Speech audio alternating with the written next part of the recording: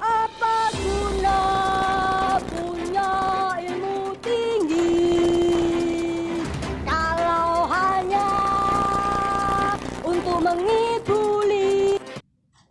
Assalamualaikum warahmatullahi wabarakatuh.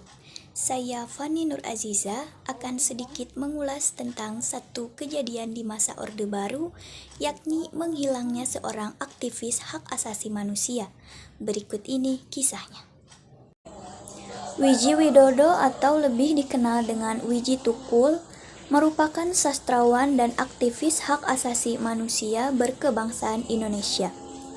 Beliau lahir pada 26 Agustus 1963 di Kampung Buruh Sorogenen, Solo. Tukul sapaan akrabnya. Beliau merupakan salah satu tokoh yang ikut melawan penindasan rezim Orde Baru. Sejak kecil, Wiji Tukul tertarik pada kesenian, khususnya teater. Ia juga rajin menulis puisi. Beliau masuk sekolah menengah teater jurusan tari. Sejak SMP, beliau bergabung dengan kelompok teater Jagat.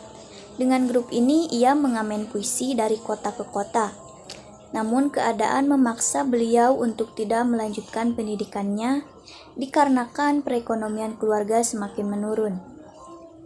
Ia pun terpaksa bekerja untuk membiayai sekolah adik-adiknya. Beliau bekerja serabutan dari sebagai penjual koran, lalu ia menjadi calo tiket bioskop dan tukang pelitur furnitur di perusahaan mebel. Tukul menikah dengan istrinya yaitu Diah Sudjiro alias Sipon pada Oktober tahun 1988. Ia hidup membantu istrinya dengan usaha sablon. Dari pernikahannya ini, Tukul dan Diah dikaruniai 2 orang anak yakni Fitri Ngantiwani dan Fajar Merah. Kemudian dia menobatkan diri sebagai aktivis pembela buruh.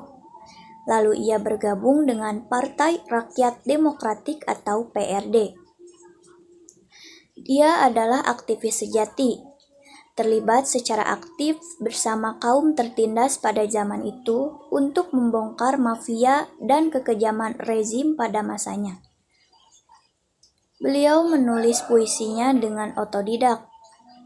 Karya-karyanya terkenal. Puisi berjudul Peringatan contohnya.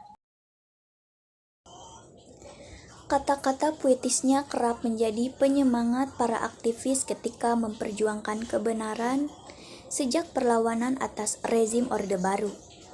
Wiji Tukul bahkan meraih banyak penghargaan, salah satunya pada tahun 1991 yaitu Wertheim Encourage Award dari Wertheim Stichting Belanda bersama W.S. Rendra.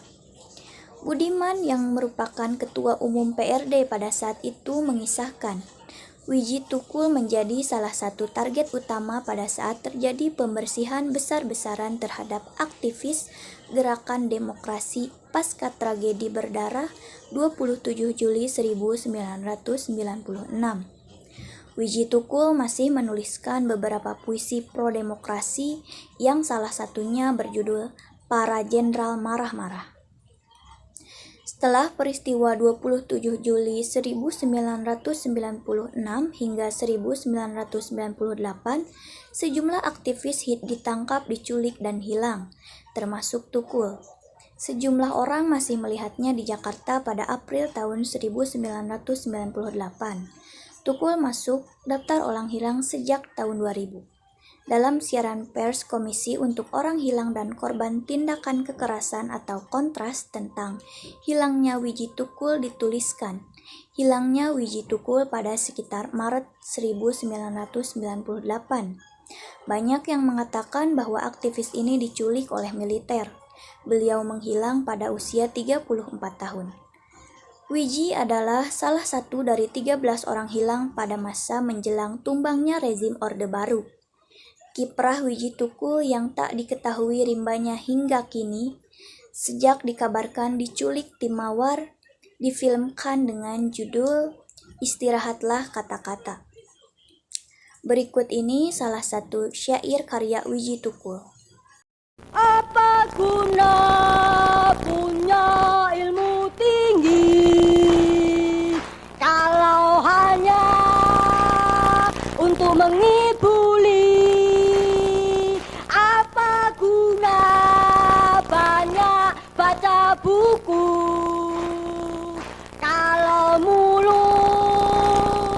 bungkam